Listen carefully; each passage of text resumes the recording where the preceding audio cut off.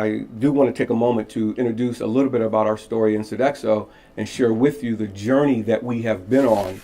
As you look at, the first thing is, who are we? I want to introduce you to Sodexo. Sodexo is a company that is designed and delivers a range of different services to improve the quality of life. We are the 18th largest company in the world. We employ over 430,000 employees. We serve at 34,000 client sites, and we do this in 80 different countries. We touch 75 million people a day with the services that we provide. So we have to get diversity and inclusion right because our business depends upon it. At Sodexo, diversity and inclusion is key to our mission, is a business imperative, and it is a pillar to our strategy in helping us to be successful as an organization. So fundamentally, we get it that it's the right thing to do. But more important, there's a business case that shares when you have a gender balanced workforce, you perform better. And I want to introduce you or share with you how we have done that. The first thing I want to talk about is the generation work streams that we have actually put in place. So as a world leader employee and responsible for 40,000 employees inside of the UK and Ireland, our success depends upon when our employees' feet hit the floor in the morning, they have to be excited about what it is that they do. Because we depend upon them to deliver the services that we occupy within inside of our organization. We have to be able to take and move diversity into work streams to be able to help our people to be empowered and encouraged about what it is that they do. And we've launched 6 different work streams, one of what we call best-in-class practices to be able to get diversity and inclusion into the workplace.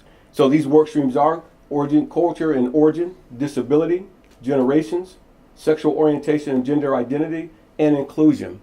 I'm proud to say that I'm the executive sponsor for gender. Gender is all about understanding the dynamics between men and women in the workplace, aimed at promoting gender balance. So getting this right and working through our gender work stream helps us to understand what are the things that we need to do from a best practice standpoint to get to gender balance. I know it was mentioned that we've been doing this for a long period of time. I do want to share with you that we've been on this journey since the inception of this organization. You see, Pierre Ballon, who was the founder of Sodexo, started Sodexo because he wanted to enjoy and help people to have a better quality of life. He wanted the community in which he served in, Marseille, France, to be better and have a higher working wage of the citizens that were occupying within Marseille, France. So hence the birth of Sodexo. And I'm also proud to say that his legacy continues on. Our chairwoman is his daughter. And so this is something that we've been on the journey since the inception of Sodexo. But I'll start back in 2009. In 2009, we created a forum called SWIFT. SWIFT is Sodexo's Women in International Forum for Talent. We wanted to get the top senior leaders, female leaders, in a caucus, and for them to really focus on several things. One, for them to focus upon being role models, being sponsors, being mentors. But just as important, how do they keep the dialogue going and impressing on with what are the best practices that Sodexo needs to do to encourage gender balance? So hence, SWIFT was created. In 2011, we created the Women's Work Group. The Women's Work Group here in the UK, Ireland, was focused on, again, the development of women inside of UK and Ireland with the goal of getting to gender balance. I say this, that all of this was all good. And we say that diversity and inclusion is a good thing to do.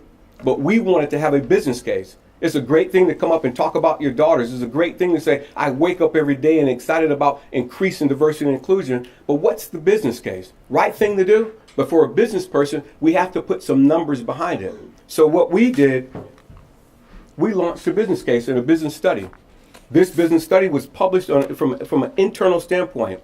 It was commissioned to be able to better understand the correlations of gender balanced teams and their performance and their engagement. So correlations of having a gender balanced team and the correlations with, is it better performing and is it higher engagement? What we found over a 5-year study that included over 100 Sodexo entities, that was multifunctional, that included over 50,000 employees that worked inside of Sodexo at many different levels. We wanted to ensure that it was all inclusive. And what we found, our results show that a team that is gender balanced, that means 60-40 split, regardless of who's at 60 and who's at 40. As long as you have a team that is gender balanced between 60 and 40, our results showed operating profit 8% higher, employee retention 8% higher, client retention 9% higher, accidents reduced by 12%, employee engagement increased by 14%. So at the end of it, our study found that gender balanced teams are better, proven with a business case that sits firmly behind that. So with that being said, gender balanced teams are better at financial results, at engagement, at safety, and at retention. And all of this, if you're a business person, goes to shareholder value. So if you want to create shareholder value, create gender balanced teams. What are some of the awards that we were applauded for by doing this? And I say that we didn't do this for an external view. We didn't do it to gain a census around the external community saying how great we were. We did it because it was right for our employees and it was right for business. But it was said earlier, we've been recognized for the 5th straight year amongst Time's top 50 employers as a company best for women. We've been also inducted into Diversity's Inc. Hall of Fame because we get diversity and we understand diversity. But again, let me give you some things of what it is that we have done. I think that is crucial. First thing, we leverage events like this, but in particularly International Women's Day. We do that to raise awareness. We do it to run campaigns and activities to address the topical issues and challenges that we're faced with.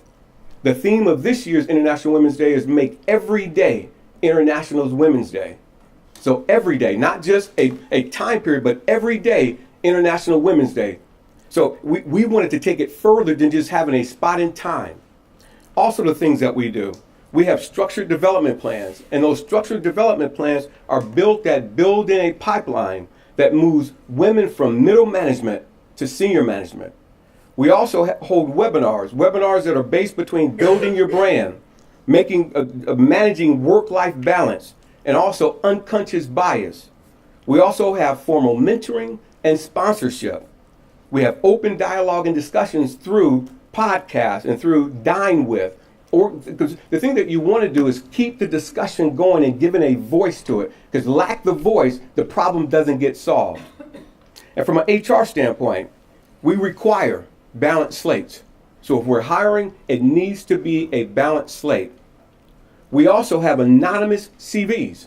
So it's about suitability, not about the person's name at the top of the CV. And we measure it because what gets measured gets done. So those are just a few things from an HR perspective that we put in play to again gain gender balance. I know the Lord Mayor spoke about the pay gap, and we wanted to put ours up as well.